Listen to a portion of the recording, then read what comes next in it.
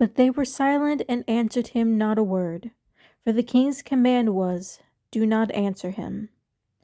Isaiah 36, verse 21. I read this chapter in the book of Isaiah a couple of nights ago, and this verse really stood out and stayed with me. To understand why, it's important to look at the context in which this verse was said. In this chapter, the king of Assyria sent his soldier to Jerusalem. This soldier, called Rabshakeh, was trying to instill fear in the hearts of those in Jerusalem. He claimed that they were foolish by trying to trust in Egypt for military power. He also tried to instill doubt in the people that Yahweh would save them, because the king at the time, Hezekiah, had torn down altar sites. These sites were being used for idolatry, and Hezekiah tore them down and centralized worship in Jerusalem in order to get people to turn from idolatry and to turn back to Yahweh. Rabshakeh tried to convince the people that Yahweh's favor would be limited because of this.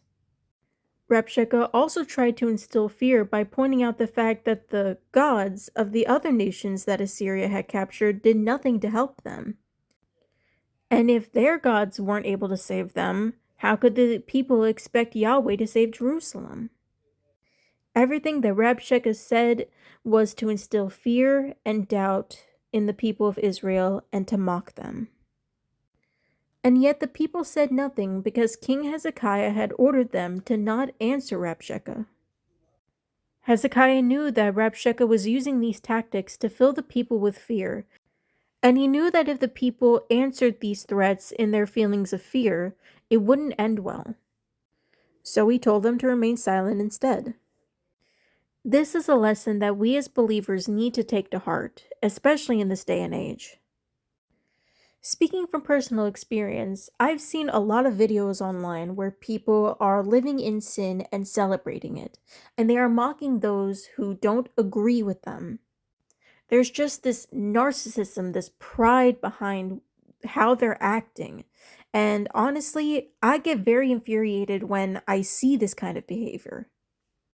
It often leaves me in a place where I'm imagining what I would say and how I would act if I was confronted with a person like this in real life. And honestly, the way that I feel in the moment, I don't think my response would be very mature.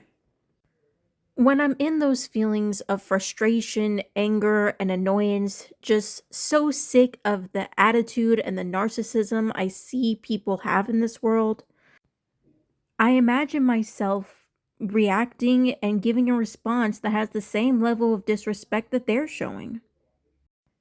And I don't think I'm the only person who has ever felt this way. It can be very difficult to want to respond with knowledge and wisdom and respect when we're in feelings of fear or when we're faced with mockery and are angry and frustrated. This is why King Solomon says in the book of Proverbs that a fool can be considered wise when he knows when to stop talking, and in the book of Ecclesiastes when he says that there is a time to speak and a time to be silent. Whenever you're in a conversation with somebody and you're about to respond, it's important to reflect on these questions.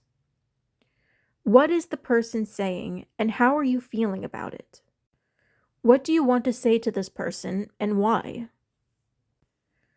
Are you responding to this person out of wanting to share wisdom or because you're filled with fear or frustration? Do you think a response would lead to an edifying and productive conversation? Or do you think it would just egg on conflict?